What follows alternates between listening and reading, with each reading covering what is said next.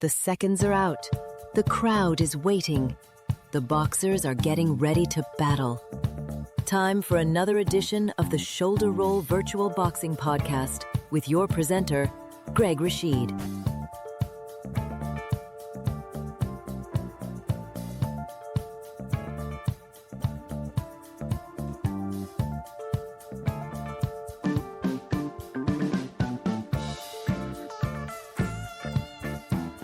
Well, I want to say swati krap to everyone out there, which means hello on Thai. This is Greg Rashid, your presenter, with another edition of the Shoulder Roll Virtual Boxing Podcast. And I want to thank everyone who listens to the program, because you listen at your convenience, although every Sunday afternoon at 3 p.m. Mountain Time in Colorado, people listen on KUHSdenver.com, created by Henry Archuleta. And I want to say hi to all my friends in the Colorado region. And every week I say, I'm coming back there. I'm coming back to visit. I am. I will be back there. But anyway, I'm here in Bangkok, Thailand right now, loving it. And happy that you love this show. And if you're new to the program, what we do on here, on the Shoulder Roll Virtual Boxing Podcast, we do fantasy fights. You know, because if you're listening to the program, you're a boxing aficionado. You love boxing, and you know, I know you imagine from time to time, what would happen if Muhammad Ali fought Mike Tyson? You know, you have these imaginary fights going on in your head, and we're talking to your buddies with it. So we do that on this program, but today, although today, we're not really going to do a fantasy fight, because also we do interviews on here, book reviews, a little bit of everything, talk about real boxing. We'll have some boxing news on here, and at the end of the program, always do some music. But today, we're going to do a reflection and reminiscence of Rahman Ali, Muhammad Ali's brother, who passed a couple of weeks ago. And I just noticed a lot of the news agencies really didn't talk about him. So I brought my buddy on here, Bijan Bayne, the superb author, and just he does a little bit of everything to reminisce about Rahman Ali. So we're going to do that right now. Taped this interview a couple of days ago, and I'm going to play it right now. So let's hear that on the Shoulder Roll Virtual Boxing Podcast. Okay. And I'm happy again, as always, to have one of my favorite people in the world on again to talk about I can call him a legend, who just passed recently, and who's going to be talking about him, who's a legend himself, I believe, is Bijan Bayne. How you doing, Bijan? I'm doing well. Thanks for having me on again, Greg. Oh, I love having you on, and other folks out there, they like hearing from you. But we're going to be talking about someone that boxing folks, we know of them. They're really into boxing, but a lot of folks didn't. And I just know that a lot of people, when I posted him, some people didn't know who he was, posted him online. And I'm talking about Muhammad Ali's brother, Rahman. And I'm happy to have you on today to talk a little bit about him, your reflections and what you remember about him. So what do you want to tell the folks listening in about him? Well, because, Angelo Dundee and Pacheco and all the inner circles, Luis Soria, 99% of those people are not here anymore. Lana Shabazz, Gene Kilroy, there were eyewitnesses to the history. And we're in the training camps and things of that nature. Right. But predating all of them is, of course, Muhammad Ali's brother, who's only a little bit over a calendar year younger than he. And he was a witness to the Golden Gloves, high school, the grade school, the parents, the jogging beside the school bus when he was young. So with him leaves all these memories of firsthand interaction with and sibling relation with and being the biggest fan of the champ. Right. That really is a window into the most famous person in the world that was very unique to Rahman. Yeah, that was it. And he, the first time I heard about Rahman, it was prior to him becoming Rahman Ali. And it just, as a kid, I'm 9 or something. And I find out Cassius Clay's brother, his name is Rudolph Valentino Clay. Yeah. And I was like, Rudolph Valentino. And I got to say this, Bijan, I actually got more at first, even though I had not seen any of his fights. I was really fascinated by Rudy first before Ali because of the name. And it's just like, wow, Rudolph Valentino. That actually makes a lot of sense for a child. And his father changed it from Rudolph Arnett, as you well know. A lot of the listeners won't. And it's intriguing because there's so many nuances and layers to this Rahman Ali thing. But Rahman was an artist, and so was their dad. Right.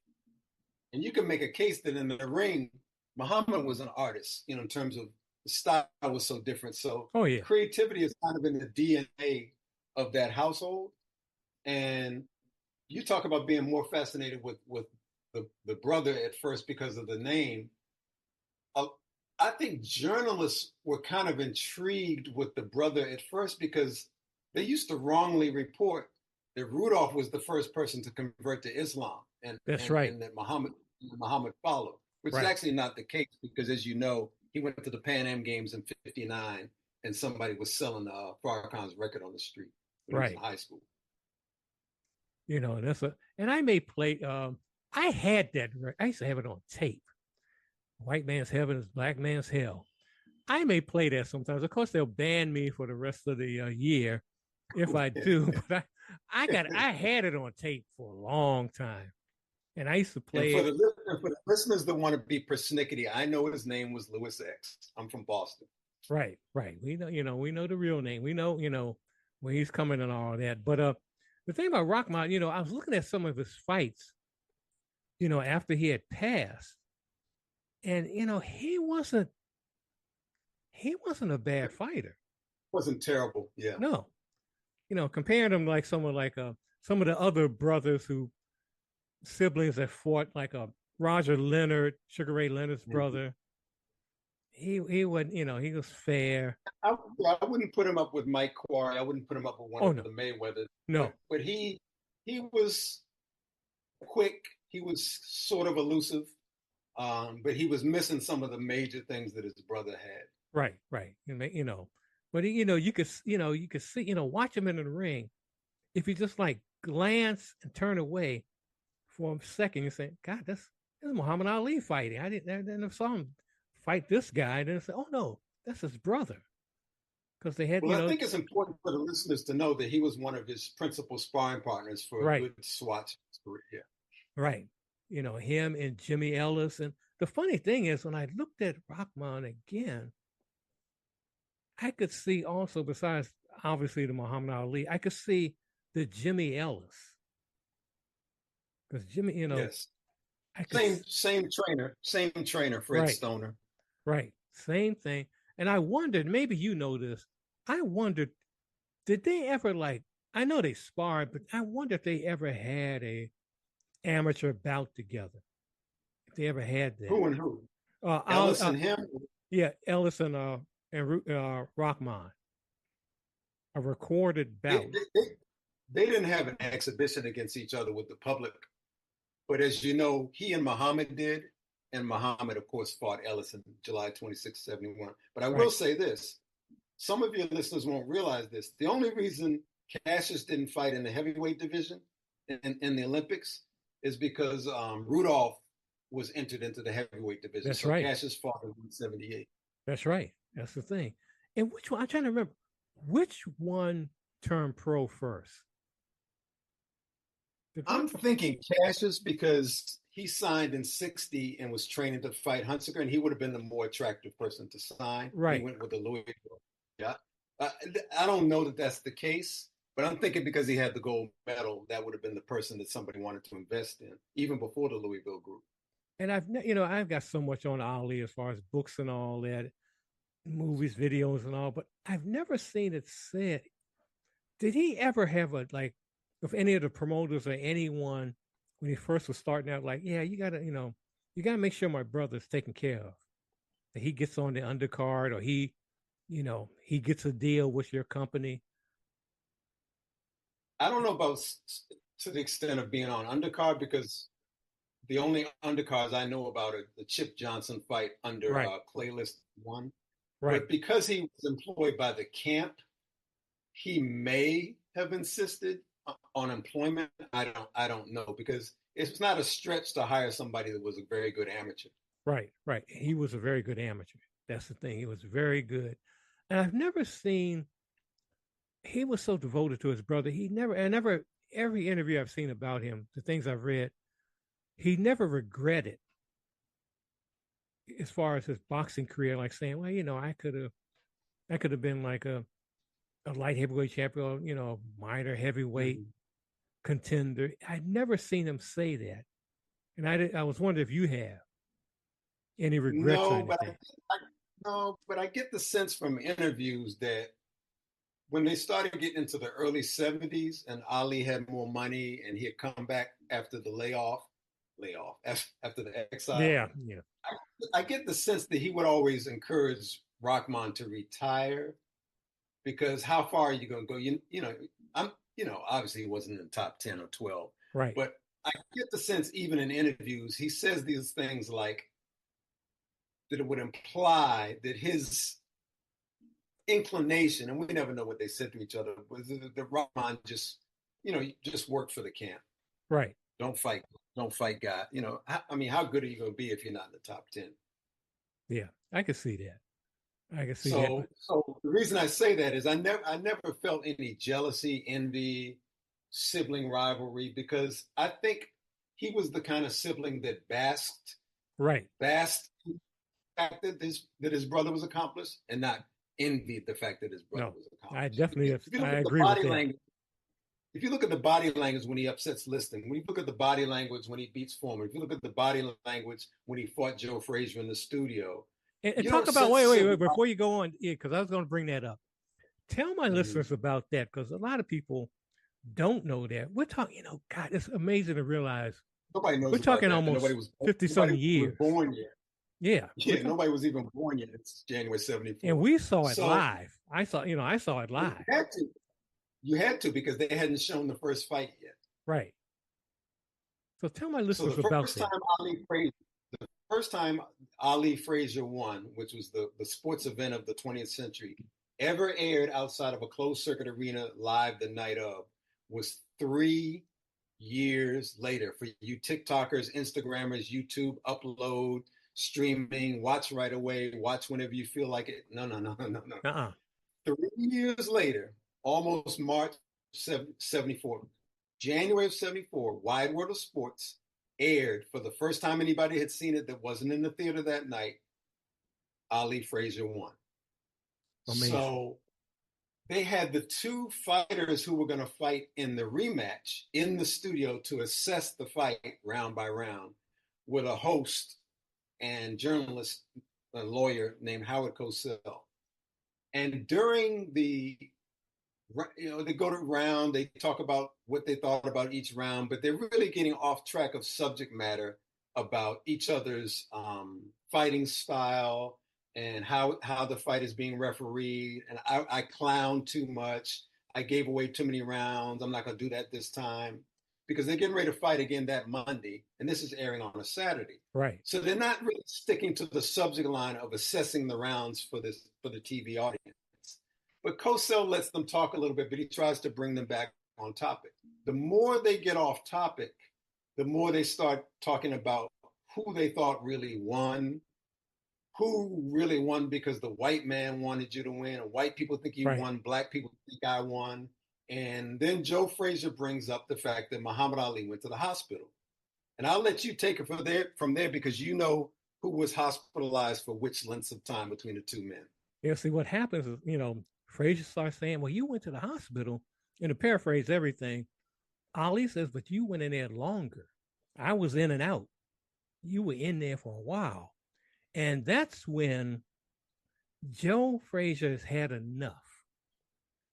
Because Ali's also called him like stupid. You're just an idiot. You don't know anything. And Joe has taken this for years. And he called him an adjective that if you say it about a black person in front of white people, yep, black people are really going to get in their feelings because if a white person calls you that, it means you're not bright. Right. Tell him the adjective that he called Joe Frazier in the studio. I hope they don't ban me, so I'm not going to say. Okay. I've been very kind of careful lately because I've been I'll, banned in some countries. I'll give you a synonym. The synonym is clueless. Yeah, that's all we got to say. That's all we got to say about it. But it forces Frazier to get up out of his seat. He jumps up and gets in Ali's face. And Rips Ali, off his mic. yeah, takes off the mic. Ali is like sitting there, and he has a smirk on his face. He's still, it's like he don't know, he's just think he's joking. And Cosell is saying, that's obvious, Ali thinks this is a game, but Joe Frazier, he's obviously upset. He's obviously mad. And then remember the look on Frazier's face, the look on his face when he first stands up. Can you picture his face right now from profile? Oh God. I mean, he is just had it. It's more of a grimace than they had weigh-ins. Right. And you got to keep in mind too, he has dealt with, 4 or 5 years of Ali's insults. And he's been calling him Tom. Yeah, everything. And in the back of his, why don't you call me by my name? And also you got to keep in mind too that Frazier, and this is something that's forgotten, when Ali was, exiled by the government, Frazier helped him. He gave him money. He helped Ali out. Sure. And that's something that's really forgotten. And that was in Frazier's mind at that moment. So I've done all, and he admitted that years later. He said, I've done all this for this guy, and he's been insulting me. And I know it's, and at one point I remember he said in one of the early interviews prior to the first fight, like, yeah, I know it's for, the business, drama business, but it hurts. It really hurts. And that man's got kids. Yeah. Daddy, why did he call you a gorilla? Yeah. Making fun of him. I mean, it was too much. So he just got up. So what happens after Frazier kind of stands up and tears off his chest microphone? Well, somebody steps in. It becomes all of a sudden, and you and I, coming from DC, but coming anywhere, but in DC, you remember like fights. It boiled down to this, where someone steps in, your boy is being messed with, and you go over to the other person and you kind of touch them like their sleeve or something. And this is what Rahman Ali does. He steps in because he's protecting his brother. He don't know what's happening. Yep. And Joe Frazier says, you want some of this? And I know in 1974, a lot of white folks out there didn't even know what that meant. No. That was pure street there. Yeah, the country was kind of sick. Yeah. Yeah, the culture was segregated. Yeah. They didn't even know about woofing when he was woofing before the list of fight. Oh God, they fined him $25,000. Black people do that so much to get in your head. Oh yeah. In fact, I've had some people. I can, I'm go away for something else for a minute, but in the press box at Coors Field one time, I had a white guy, a reporter, asked me, "Oh, Greg, what does the word Jonin mean?" I said, "Jonin? Jonin? I say, joning." But he didn't know. But anyway, getting back to Ali and Frazier. So you take it from there. You take it from there. So it's wintertime in New York. So it's January of 74. So Rahman stands up in a trench coat because he's not being interviewed. He's dressed for, he's watching it live. He's sitting in the studio because he's part of the entourage. He stands up. He's taller than Joe, about 263. And he looks at Joe. He's standing on Joe's left, where the left hook is. He looks at Joe. Muhammad has not stood up yet because Muhammad is still assessing the room. Like when he beefing with Terrell, you can't tell if Terrell is really, but Terrell doesn't really joke around to build fights. So Terrell is more serious than you are. Well, Frazier is more serious than you are because Frazier doesn't joke around to build up fights. But he hasn't hit you yet, but he's in your face. But you have to be very careful when you stand up. I'm not going to use the DC expression, he might steal you, but he might hit you before you have a chance to get your guard. Before you get a chance to get your guard right. Rudy knows all this because Rahman was raised in, Louisville in our community. And he knows I'm not going to let my brother get pounded by the heavyweight champion of the world if he stands up from a vulnerable position, because Frazier is serious and my brother has just called him a name that technically you did go to the hospital for a month. Why are you even bringing up hospitals? Right. So Rahman is standing there just in case. And plus it's a FOI. It's kind of in his DNA. He's in the fruit of his. That's just kind of what people do. That's all it is. In the Nation of Islam. It's in his DNA. Then Muhammad gets up, because remember, you don't want to get swung on by a guy whose left hook could literally kill you. Forget about hospitals. This man's left hook in the street could literally kill you. It could. Oh, it could. No, really. Really? No, it could.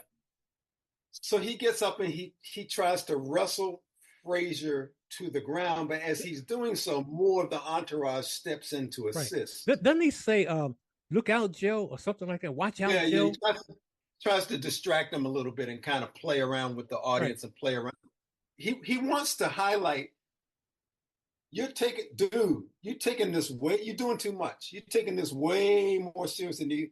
And as he explains to the studio audience and the live audience, which was only probably 20 people, but the viewing audience, this show is watched by millions of people in the US and around the world every Saturday, because there's only 3 TV networks. It's the most popular sports show in the country. There's in the afternoon. This was not on at night. Afternoon, Saturday, nobody going to work. Weekend, 2 days before the fight, nobody has ever seen this fight. So the viewership is high. So he's thinking, this man is taking this thing seriously, and I'm not going to let myself get hurt. I'm going to defend myself. But I also want to let people know I didn't take it there. He took it there. And as he's later explaining to the television audience, tens of millions of viewers, the silliest thing that he could do during this analysis of this bout is bring up hospital. He keeps telling himself, why would you bring up hospital when you were in there a month? Bring up something that's debatable. Why would you, of all the things to take it off topic, why would you even invoke the subject of hospital when I was only in there to make sure that my jaw, that I was okay? And Cosell, to his discredit, keeps playing it down because his show has been disgraced on live TV. So he keeps saying, yeah, that's your opinion. He's not here to defend himself. And Ali said, I know he's not here to defend himself, but he lost his temper on national TV. And see, in this day and age, Cosell would be thinking about ratings. He'd be more interested in like how many clicks he's going to get out of this. Right. But the important thing is, Rahman is not going to let you put hands on his brother if his brother is in a vulnerable position, even at the risk of Rahman is not the heavyweight champion of the world.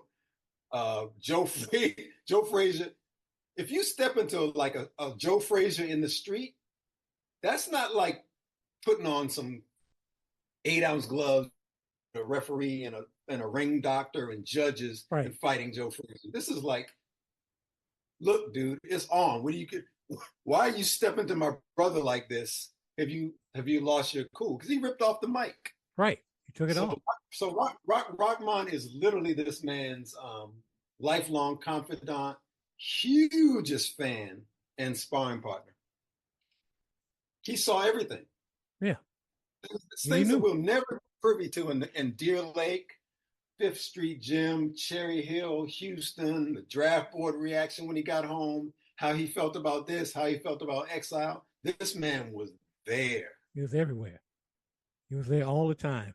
And I have to get his book. He wrote a book a couple of years ago, and I guess I'm going to have to get it by PDF or something, because it's not, I remember in America, I hadn't seen it in any stores or anything. And I don't know, if it was independently produced or what, but Rahman does have a book about that, his life. Yes. You have to check out. And I hate, we got only like a minute or so to go right now. But what, because you summed it up really well, that whole incident. And it's on, listeners, it's online. It's on YouTube. It's on It's YouTube. Yeah, go check it out. Just see what happens. But what else would you like to say about his legacy, Rahman's Well, legacy? I think he and Howard Bingham really saw every side and facet of Yeah, Muhammad Ali's personality close up from 62 on. I think that the fact that he was a sculptor is interesting because their dad was like a billboard and sign painter. right. So I think that's interesting. So he wasn't just a fighter. He also, he was a sculptor. Um, and they had to be super close because they're in the same faith. They're traveling together all the time. They're in Yeah, camp. They both were training for the Olympics. They got this. They don't have brothers and sisters other than themselves. He used to throw. One of the reasons Muhammad Ali attributed some of his reflexes, although of course a lot of them are innate, to the fact that he would have then Rudolph throw pebbles at him in the front yard, and he would try yeah. to duck before the pebble got to his face. It's That's how amazing. close they were. That's something. That is something. That's a story that what you've said today is you talk more about him, give him more as far as a obituary and just a legacy of Rahman The than headline: anyone This else is out Muhammad there. Ali. No one else The has done headline it. is This is Muhammad Ali's brother. No. This is biggest confidant, Right. biggest fan, sparring partner. That's it. More to it, more to the story. And I'm just so glad to have you on today. And we're gonna, as always, we're gonna have you back on here again. And by the way, if people want to reach you and tell them about, your next project. Because I haven't asked you about that. If there's the next book project or besides what we're trying to work on. Well, social media is the best. You can go to Twitter, like at Bijan Bayne, BIJNBAYNE. I've written some sports biographies. They're on Amazon. If you go Google BAYNE, biography of Elgin Baylor among them. And in terms of the next project, because we have a meeting about that on Wednesday, it's funny you mentioned it. The next project is a 4-part docuseries about how college football really integrated. Not the Bear Bryant, Sam Cunningham story. It was already integrated, people. Right. That's gonna be great. But yeah, Bijan, we will be talking later. Thank you so much for coming on today. We will talk later on. Take care. Thank you. And thank you again for having me on. Anytime. And that was great talking to Bijan again, and he'll be on again, as I always say. Hope you enjoyed that interview, and hope you learn something about Rahman Ali, because like I said, some of the reports of him after he had passed a couple of years ago, it's just like a brief mention, but it's more than just being Muhammad Ali's brother, as Bijan was talking about. But hope you enjoyed that. And now we're going to talk about Kiki's here. She's got her report prepared. Okay, we're going to do now a little boxing history for this week. Take it away, Kiki, our ring card girl. This is Kiki, your ring card girl with your boxing history for the week of August 17th through August 23rd. August 17, 1938, Henry Armstrong won his third concurrent boxing championship. August 18, 1967, Carlos Ortiz retained his world lightweight title against Ismael Laguna. August 19, 1995, Mike Tyson defeated Peter McNeely in his first comeback fight. August 20th, 1931, Don King was born in Cleveland, Ohio. August 21st, 1939, Lou Ambers defeated Henry Armstrong to regain the world lightweight title. August 22nd, 1969, Ruben Olivares became world bantamweight champion for the first time, knocking out Lionel Rose. August 23rd, 1933, the first televised boxing match, a 6-round middleweight exhibition at Broadcasting House in London between Archie Sexton and Laurie Ryteri, aired by BBC TV.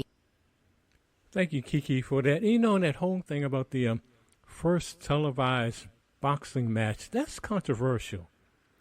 I know Kiki said 1933, but I look further.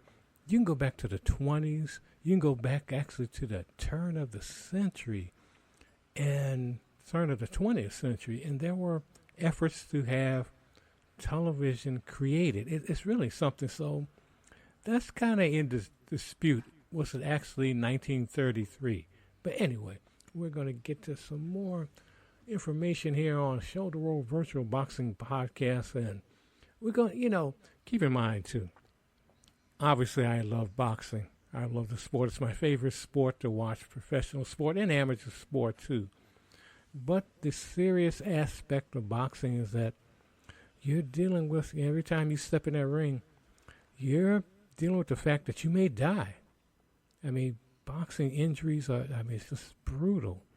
And Malcolm and Ella have a report right now about boxing safety. And they wanted to discuss this in light of what happened a week ago where on the same boxing card in Japan, 2 boxers died. And there's a third one that's in critical condition as we speak. So they're going to give a report right now on the dangers of boxing on the Shoulder Roll Virtual Boxing Podcast. Welcome to the Deep Dive. Yeah. Today we're digging into something really heavy, something that's been hitting the boxing world hard lately. Fighter safety. It's impossible to ignore. Yeah, I mean, just recently, August 2nd, Shigetoshi Kotari and Hiromasa Urakawa, 2 boxers, tragically died from brain injuries. Same fight card in Tokyo. Just devastating news. And it follows other recent tragedies, too. Exactly. Like Kazuki Yanaguchi back in December 23, and then Jinjiro Shigeoka put in a coma in May 24, had to retire. It forces these questions right to the surface. Absolutely. So our mission today really is to help you get up to speed on this. It's incredibly complex. We want to unpack the critical factors here. Yeah. We'll look at medical recommendations, the debates happening, within the community, new safety measures being proposed. The whole picture. The whole picture. Trying to understand everything that impacts a fighter's health from the gym right through to the fight itself. And we've got a good mix of sources to help us do that. We're drawing on the Association of Ringside Physicians guidelines. Mm-hmm. The ARP, some really intense discussions from places like Reddit, the boxing community there. Yeah, they don't hold back. No kidding. Plus, a scholarly review on combat sports injuries, research from Headway on concussion risk, and importantly, those recent reports on rule changes in Japan. So, a solid foundation for this deep dive. Definitely. Let's jump in. Okay, so after these awful events, one thing just kept coming up again and again. Something experts are calling the silent killer. Weight cutting. Weight cutting. It sounds straightforward, but scientifically, what's actually happening that makes it so dangerous? Well, it's the rapid dehydration part that's key. It makes the brain much more vulnerable to bleeding. See, your brain isn't just loose in your skull, it floats in this fluid. Right, like a cushion. Exactly. Cerebrospinal fluid, CSF, it's your natural shock absorber. When you dehydrate fast, like fighters do, the CSF level drops. And here's the critical part. That CSF replenishes way, way slower than, say, just getting fluids back into your muscles or blood. So even if they rehydrate after the weigh-in, the brain's protection isn't fully back. Precisely. They're stepping into the ring, especially in those lighter weight classes where we see a lot of this, with their brain basically less protected, more vulnerable to impact. And this isn't just a few guys doing this, right? Yeah. The numbers are huge. Oh, yeah. Our sources say something like 60 to 80% of combat athletes do some kind of weight cut. Wow. And it's not just, skipping dessert. It's often serious energy restriction, fluid deprivation saunas, sweatsuits. Sometimes extreme stuff like diuretics or even vomiting. I read about fighters cutting, like 20 pounds in a week. I mean, just imagine how awful that must feel. It's brutal. And the danger isn't just the brain vulnerability, though that's huge. Right, there's more. Definitely.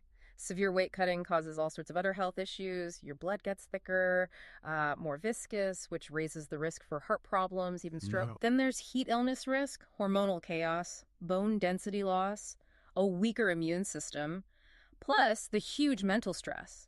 It's a massive strain on the entire body before they even get near the ring. So here's the thing that seems weird to me, the traditional weigh-in. The day before the fight, you'd think that gives them time to recover, right? You think. But it actually, paradoxically, might make things worse. Oh. Because it gives this false sense of security.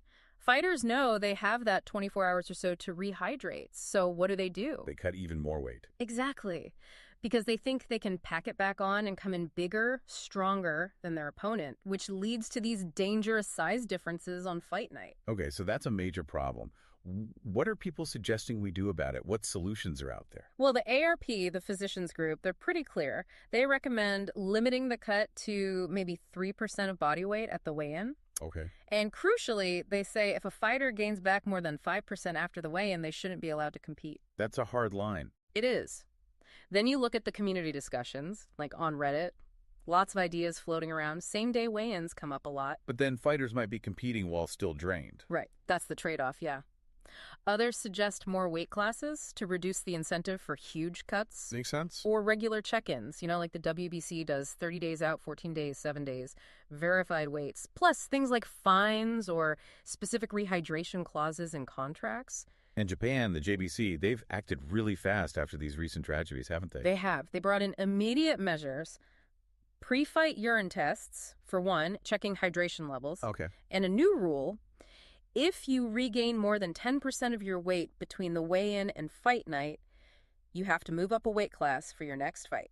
Wow, 10%. That's forcing the issue. It absolutely is. But, like you touched on earlier, why is it so damn hard to get these kinds of changes widely adopted when the risks seem so obvious? Well, I guess it comes down to a couple things. For the athletes, weight cutting is seen as, a key strategy, a way to get an edge. A competitive advantage, yeah. And the weigh-ins themselves. Yeah. They're part of the show, right? The promotion, the drama. It's just so baked into the culture of boxing. Changing that feels like moving mountains sometimes. It really does. But, okay, weight cutting is huge, obviously. Mm-hmm. But it feels like just one piece of this safety puzzle. There's more going on, right? Right. In the training, the equipment, what happens during the actual fight. Oh, absolutely. Weight cutting is critical, but far from the whole story. You have to look at the training culture itself. How so?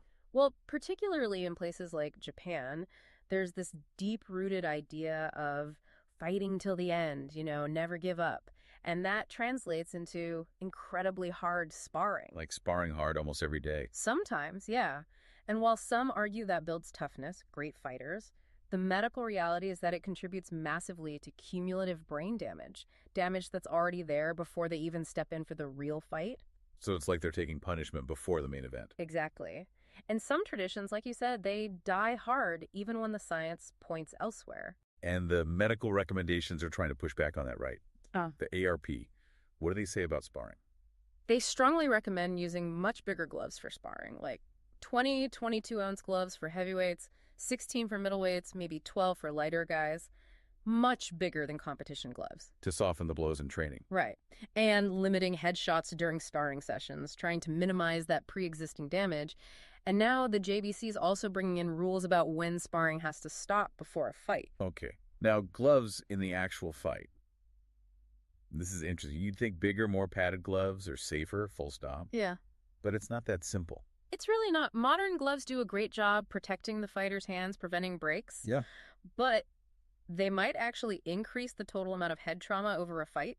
Wait, how? Because it's harder to get a clean one-punch knockout with bigger gloves. So fights might go longer with more repeated subconcussive blows accumulating. Okay. So paradoxically, smaller gloves might lead to quicker KOs, potentially less overall brain trauma. That's counterdoable. It is. It's a genuine debate. And then you add head guards into the mix, and it gets even more complex. Right. Head guards. What's the deal there? Safer or not?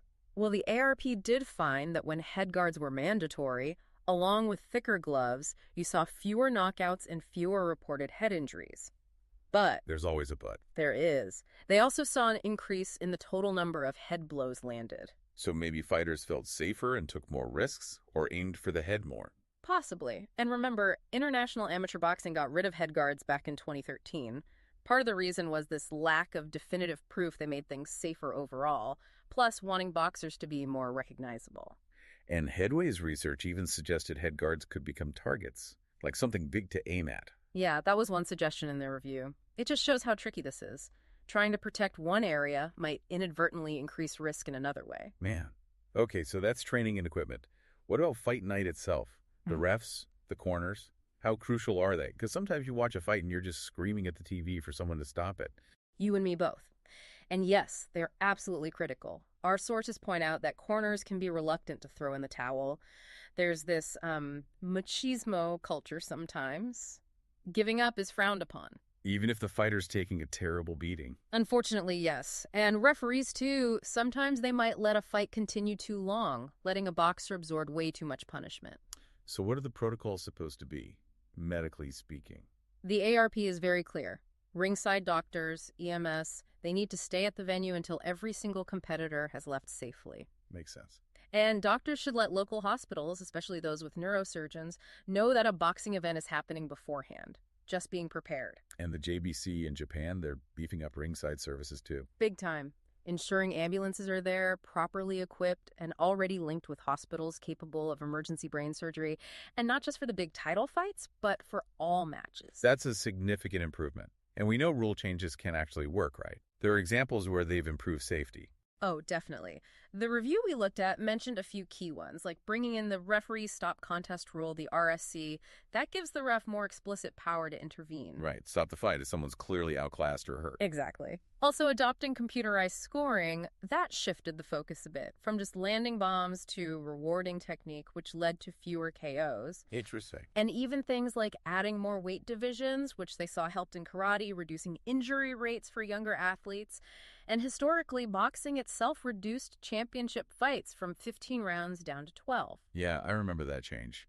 Is there talk of reducing rounds even further, like to 8 or 9? There is debate about it, balancing safety against the tradition and endurance aspects of the sport. The ARP does have a specific recommendation, though. If a boxer's been inactive for over a year, they shouldn't fight more than 10 rounds in their comeback. Okay, lots of moving parts there. So if we kind of zoom out now, look at the big picture. How does boxing stack up against other combat sports in terms of overall risk? What's the data say? And, where do we go from here? Well, the data, particularly from that Headway review, it's pretty stark, honestly. How so? They concluded that boxers face a significantly higher risk of concussion compared to athletes in sports like karate or taekwondo. Significantly higher. Yeah. And the stats they pulled together were sobering. Things like 30% of the boxers they analyzed showing signs of brain atrophy, shrinkage. 30%. 61% experiencing dementia or amnesia later in life. 51% having other cognitive disorders. These are really alarming numbers. Yeah, that's hard to hear. Now, I know some people argue, you see it online, that, okay, these brain injury deaths are tragic, absolutely. But statistically, they're rare if you look at the sheer number of fights, millions of them, over decades. That argument does come up. How do we balance that? I mean, is any death or serious injury an acceptable risk? Or should the goal always be 0, even if that seems impossible? That's the million-dollar question, isn't it? And part of the difficulty in answering it, as the scoping review pointed out, is we actually have some big gaps in the research. Like what? Well, surprisingly few studies directly test if specific rule changes actually reduce injury risk effectively. We assume they do, but the hard data isn't always there. We also need better, more uniform ways of collecting data across all combat sports. Like, instead of just saying X% got injured, maybe track injuries per minute of actual fighting time. More precise. Oh, it's standardizing the metrics. Exactly. And we need more research that looks beyond the top pro level, Right. What about amateurs, different age groups, women's boxing? The risks might be different. It's hard to make perfect rules without that complete picture. But what's kind of exciting, I guess, is the potential for technology here, right? Could that help fill some gaps? Potentially, yes. Think about wearable sensors. Like in the gloves or headgear? Maybe. Sensors that could give real-time data on the force of impacts, or track cumulative hits over a round, over a fight, even over a career. Data going straight to the corner or the ref. Imagine that. Data-driven safety. It could move things towards being more objective, more proactive in protecting fighters, taking some of the guesswork out. Bringing science right into the corner. It could be transformative. Look, the bottom line from all these sources seems to be that, yes, boxing is inherently dangerous. No one denies that. Right. But a combination of things, better protective gear used properly, rules that are smart and strictly enforced, shifts in that hard sparring training culture, and importantly, continued research, all of that can reduce the risks. It's about finding that balance, protecting the athletes while keeping the sport viable. So we've covered a lot, the huge danger of weight cutting and how it makes the brain vulnerable. That silent killer. Yeah. The complex role of equipment, gloves, head guards, maybe not always doing what we think. The double-edged sword, definitely. And how crucial training habits and the actions of corners and refs are on fight night. Yeah. Plus this push towards using data for safety. It's clear the boxing world is really wrestling with some fundamental issues right now. Because even with all the best intentions, all the rules, all the medical checks, the core of the sport still involves hitting someone in the head, often trying to cause head trauma. Which leaves us, and you listening, with a really tough question to think about. What is the acceptable level of risk in a sport built around that? How can boxing evolve to better protect the fighters, truly protect them, without losing the essence of what makes people watch? Yeah, where does the responsibility lie? With the commissions. Yeah. The fighters, the trainers, even the fans who pay to see it. It's something we all need to consider if we care about the future of boxing and the people in it. Thank you so much for that, Malcolm and Ella. Serious discussion about the fatalities in boxing. It's risky. All sports are risky, but boxing, man, it's just brutal. And it makes you wonder sometimes. I love the sport, but what is it in me that makes me want to love the sport? I mean, do I like, I don't want to see any of these guys and women hurt at all. But it's a brutal, brutal sport. I wonder sometimes if I was lived in ancient Rome, for instance, in another life, would I enjoy watching gladiators kill each other? It's something to think about. But anyway, I hope you enjoyed that report. And now we're going to get into some boxing news. And before Kiki comes back on, I didn't, she doesn't bring this up, but I'll bring it up. There's a big fight this weekend in Riyadh, in Saudi Arabia, between Dylan White and Moses Altalma. And I've talked a little bit about that fight on other shows, but that's a big fight. That's a crossroads for White and maybe a big leap for Altalma. And I actually think, I'm going to say this right there, I think Altalma is going to blow out Dylan White. Dylan White looks good right now. He's in great shape. I haven't seen him like that in ages, but I think it's going to end in the second round. But what do you think? What do you think about that? By the time you hear the show, we'll know the result, but we'll see what happens. But right now, Kiki's going to give us some boxing news right now on the Shoulder Room Virtual Boxing Podcast. Former unified welterweight champion Keith Thurman looks close to having his ring return confirmed as he gears up to face a reigning super welterweight world champion. The 36-year-old from Clearwater, Florida, made his long-awaited return to the ring back in March after a 3-year hiatus, stopping Australia's Brock Jarvis in the third round of their showdown at the Hordern Pavilion in Sydney. Thurman had previously held the unified WBC and WBA world welterweight titles up until he was dethroned by Filipino legend Manny Pacquiao back in 2019, suffering the first and so far only defeat of his professional career in the process. He had been on a fine run of form up until he was beaten by Pacquiao, racking up impressive victories over two-time champion Shawn Porter and two-weight champion Danny Garcia. After it was confirmed that one time would be campaigning at super welterweight going forward, the 36-year-old looks to have been given the chance to become a two-weight world champion himself later this year. As reported by Boxing Scene, Thurman looks set to challenge reigning WBC World Super Welterweight champion Sebastian Fundora on Saturday, October 18th, at an unconfirmed venue in Las Vegas, Nevada. The same report suggests the fight will be on a Prime Video pay-per-view card, with both men under the PBC banner. Fundora, known more commonly as the Towering Inferno, had also held the WBC 154 pounds up until he was stripped in May, when he refused to face mandatory challenger Xander Zayas, who recently captured the vacant title with a unanimous decision victory over Jorge Garcia Perez in New York City. In the most recent defense of his WBO super welterweight crown, Fundora stopped Australia's Tim Tszyu in the 7th round of their rematch, just over 1 year on from their first encounter, which Fundora won by split decision. The following was written by Michael Alden, combat sports writer, Athlon Sports. The boxing world is divided over the proposed Muhammad Ali Boxing Revival Act, a controversial update to the 2000 Muhammad Ali Boxing Reform Act. In a nutshell, the new bill seeks to reduce the influence of fragmented sanctioning bodies, establish a national minimum pay, and increase the price threshold of injury coverage. Critics, however, believe that the new act will introduce monopolistic conditions where promoters have more leverage than fighters. One such critic is Nico Ali Walsh, the grandson of Muhammad Ali himself, and a professional boxer seeking to build his own legacy in the sport. Nico, an undefeated middleweight prospect, defended the original act's fighter protections and took to social media to vehemently oppose the changes. "As an Ali, I'm completely against altering the Muhammad Ali Act," he wrote on X, formerly Twitter. "My grandfather fought for it to protect fighters from getting screwed over. Remove it and promoters take control while fighters get paid less.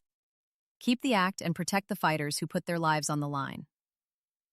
His stance pits him against supporters of the bill, including his step-grandmother, Rahman Ali, who believes the reforms honor Muhammad's legacy. Lani, Muhammad Ali's widow and co-founder of the nonprofit Muhammad Ali Center, endorsed the Revival Act, framing it as a modernization of boxing's infrastructure to benefit future generations. If Muhammad was with us today, he would want to ensure the sport of boxing in America remains strong and viable for generations to come, providing opportunities for other athletes to pursue their goals and dreams, just like he did, she insisted in a press release.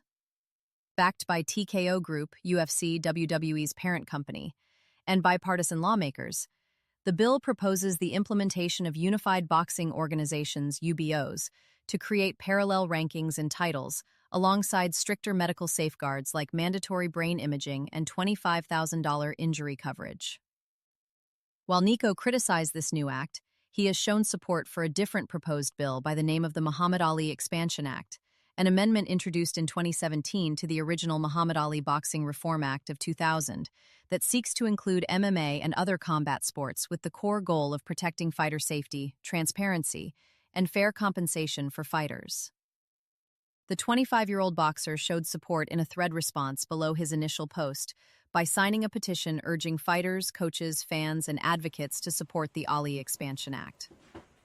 The new Boxing Revival Act coincides with TKO Group's combat sports expansion, including the UFC's $7.7 billion Paramount Plus deal and its venture into boxing with Saudi-led backing. Thank you so much for that, Kiki. And we're going to get somebody on here at some point to talk about the Muhammad Ali Act and the revisions of it, if that happens as far as the revisions. Hope you enjoyed that. Muhammad is still, he's doing positive things for boxing, although he is not on this plane now. He's on the spiritual plane. Thankful for that. And we're going to get right now to, we'll do a little music, before we end the program. And this is South African born, she's in New Zealand now, guitar player. Oh, she is something. Andrea Lisa. And this is from her new CD, Silver Lining. This is a title cut. So let's hear this on the Shoulder Roll Virtual Boxing Podcast.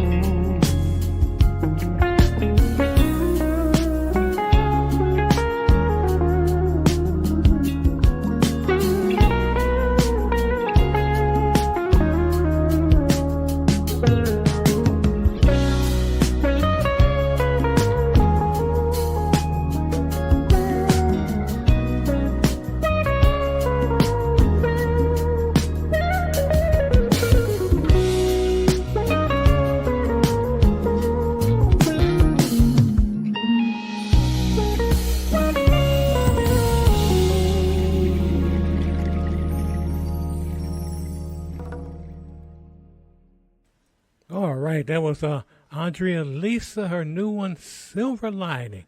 And boy, that she can play. She can really play. And, you know, she's got that, she's South African, so she's got that Jonathan Butler vibe.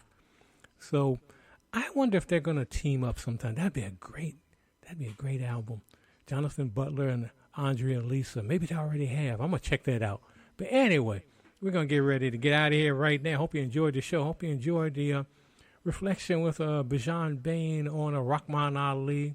The information about, the seriousness of boxing, the brutality of boxing, and what can be done as far as protecting the fighters.